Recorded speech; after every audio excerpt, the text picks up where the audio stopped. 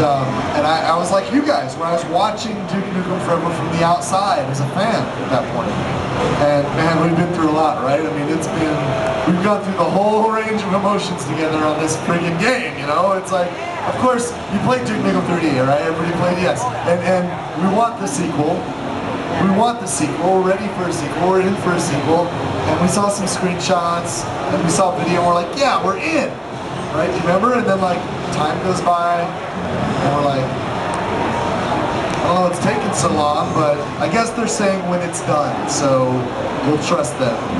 And more time went by, and we're like, seriously guys, does it have to take this long? And then like, an awesome trailer came out in like 2001. It was like, holy fuck, this is epic, it's gonna be worth the wait, I'm in, I have the dream, I'm with you guys. Whatever you say, I'm with you. Because that was so great, right? And then more time goes by, and we're like, God, what the fuck is like, what's wrong with you people? Like, does it really have to take this long? And then it's like, is this some kind of joke? You know, Wired gives it Vaporware of the Year. They came up with this concept, Wired magazine. What's the Vaporware of the Year? And Duke Nukem, of course, won Vaporware of the Year, and then won it again, and like 5 years later, they're like, you know what? Duke Nukem Forever can have the Lifetime Achievement Award for Vaporware, because like and that was 5 years ago. So, you know, and we're still like, you know, we've been through like, is this a joke? What's wrong? It's like, oh my God, that looks awesome, I'm in, the dream's alive, and like, we've just been around this merry-go-round so many times, I'm not even sure where we were anymore. And then we got the bad news last year, remember? And it was May of 2009. Remember the bad news? It was like, the story was 3D Realms was shutting its doors. The story was, they laid the whole team off. The story was, lawsuits, drama, drama, drama, it's over. The story was, the dream was dead. The story was, Duke Nukem was dead. You know what though? You can't fucking kill the Duke. You cannot kill the Duke! I owe Duke Nukem my career. You cannot let Duke die. So it was a sad day. A lot of people, a lot of friends lost their jobs that day. And you know, some of the newer guys, and God bless them, they were helping. Some of the newer guys, they scattered and they got jobs around the industry. But you know what? The core, the heart and soul of Duke Nukem, Alan Blum, the guy that created Duke Nukem, the one guy from 1991 to today has been working on Duke Nukem the whole time. He couldn't let the dream die. And some of the guys that lived with him through this, and that worked with him, they stuck with him, and they started working, they just kept going out of their houses. Nobody was paying them. Nobody even knew what the hell was going to happen. They couldn't even possibly do it with just a handful of those guys. But they just couldn't let the dream die. And Scott and George, the guys that run 3D Realms, they got wind of it, and they did the best they could to help him, but they'd already gotten to the end of their rope. And I got wind of it. And I went to my studio and I said, guys, in Duke's time of need, I think we can save Duke. Because we know that George and Scott will trust us because, you know, I was there, I helped build the brand, I know what Duke Nukem was all about. Brian Martell, I met him working on Duke Nukem. He founded Gearbox with me. He knows what Duke Nukem is all about. A lot of people at Gearbox have been part of it and you know, worked on Duke 3D or Duke Forever. And also the publishers. You know, Take-Two has the publishing rights for Duke Nukem Forever.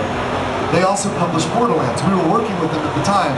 We knew they would trust us because they knew we know how to make games. They know we know how to ship games. We can make a game on the Xbox 360 and the PlayStation 3 and the PC. We know how to ship something. And so I knew if we were to take a bet, if we were to get in the middle there, if we were to put some money in, put our credibility on the line, and bet on Duke, and they said you always bet on Duke. If we bet on Duke, we could save Duke. And so we did. No coming up. We did. Oh, okay. And I'm glad we did. And we're here today because of it. And listen, why let me see. Why didn't we tell anybody about it? Why are we here today? Why PAX? Why weren't there any stories? Why didn't we make any announcements? Well, I think you guys all know the answer to that. You know, this game, Duke Nukem, is not a game you can make promises about. I don't know what it's gonna, like, half of you probably don't even believe me right now. Like, we've been jerked around so much with this brand, I can't just do a news story, right? You're not gonna believe me. You're certainly not gonna believe George. You're not gonna believe journalists. We can't trust anybody with any news about this game anymore. So the only thing that we can trust is if we play the game ourselves. If we have the game in our hands and play it ourselves. You guys are gonna play Duke Nukem Forever today. You guys are gonna play the fucking game. And the proof is in the pudding, and there's a lot of fucking pudding in that room next door. And you're gonna get in there and you're gonna go hands-on and play this game. I shit you not, this is real. This is real. This is happening. This is not the world's most elaborate Rickroll. We did that earlier, yesterday. We actually ran the Rickroll on here. They did not think that was funny. We're like, oh, this is gonna be hilarious. Oh my God, it was like, they were looking at, they were so hurt. It was like, oh my God, dude. So yeah, so we're not gonna do that. Now this is real. What we've got is you're gonna play the game. Okay, a couple of rules. They tell me no video. Can't do any video. So sorry about that, no video. However, when you get next door, I'm told pictures are okay. So when you get next door, take as many pictures as you want. Still pictures.